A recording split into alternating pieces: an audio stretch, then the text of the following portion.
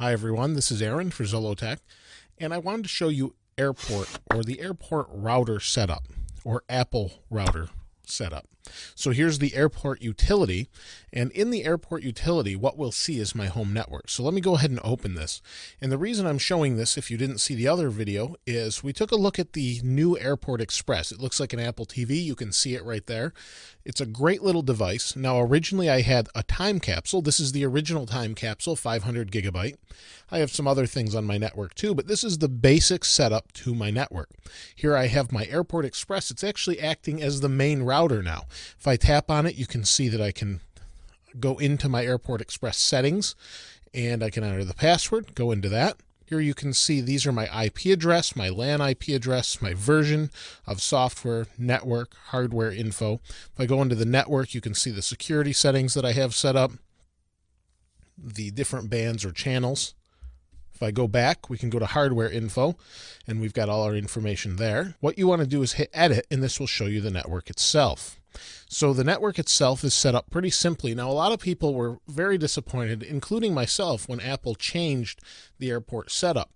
And the reason is they seem to have oversimplified things, but they really haven't. It takes some time to get used to and does a lot of things for you that you used to have to do yourself. So here's the internet connection. You can see you can set all these things and you can set it up yourself or just let it do it itself. And I prefer its own method. There's my base station password. So there's two passwords. There's one for the base station or the router, and there's one for your SSID itself. So here we have a guest network option. We can turn on a guest network. It will allow others to come over. So say you have your friends over, you can leave that network open, or you can put a simple password on it, and those friends will not have access to your main network. Here you can see there's AirPlay, which is great if you have an AirPlay device. It plays music across it. And then we have some advanced options. Wi-Fi settings, IPv6. Apple has long supported IPv6, and we have a lot of different things here. Now the great thing about Airport is the way they set up themselves. This is an extension of my main network. It's the exact same thing. Gives a good connection. It tells you the connection strength. This is a switching router, which means it will support B, G, and N, but all of those bands simultaneously. So what that means is my iPad is an N device. If I have a G device, it won't slow down like the time capsule will. The original time capsule was not dual band, so it would slow down to the slower connection and use that frequency as well. So we run into some issues there, but basically we've extended the network seamlessly. So what I wanted to do is show you how that works. What I'll do is I'll reset my time capsule. It actually won't wipe my data, but it will reset the settings, and we'll come back and I'll show you how that's set up and how simple this really is. Now you can see the time capsule itself has gone away, kind of is faded out there. Let's go back home, and what we'll do is we'll go to the Wi-Fi settings and it will find the time capsule. So if I go over here, I go to Wi-Fi. Here it says set up an airport base station. I didn't have to do anything. I didn't have to set up Wi-Fi. This could be when you have no Wi-Fi. It just finds it. Tap on it.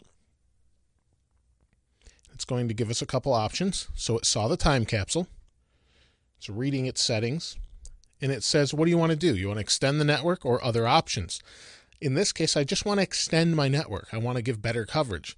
Now, mind you, this time capsule is wirelessly extending my network. I only have the power cable plugged into it. It grabs the signal off the base station and extends it wirelessly. Now, you will lose some speed in turn based on that, but it's really not too noticeable unless you're doing really heavy-duty file transfer. In that case, I would suggest extending it with an Ethernet cable. But for my purposes, I don't need that. So what I'm going to do is hit next, or here we can go to other options. But in this case, I want to do next. I'm going to keep it the same name, next. And what it's going to do is set it up all its own. Now, if I was to get another Airport Express, another time capsule, I could do the exact same thing, or I could create a separate network. But a lot of the time to do that, you actually have to give it an Ethernet cable for an internet connection. So it's waiting for the time capsule. What it does is it updates it, restarts it with the settings.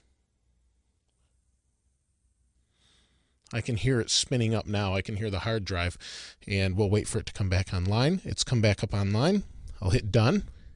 And now what I'll do is I'll go back over to my Airport utility and you can see it's returned. It's got a green light status, and we're back and running.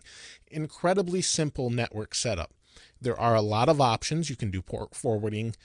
It does not have UPnP, but that's not really a bad thing. There's no port forwarding, or there is port forwarding, and it really is very easy to set all of this up. It's a great setup. I know some people aren't a big fan of their routers, but they're pretty decent routers if you look up some information on them and what they're capable of. And they give pretty good coverage as well. So if any of you have used these, if you've extended your network using these, let me know your network setup. I know some people have a ton of routers set up. I've set up larger networks with these as well. Leave that in the comments below. Let me know what you've done. As always, thanks for watching. This is Aaron. I'll see you next time.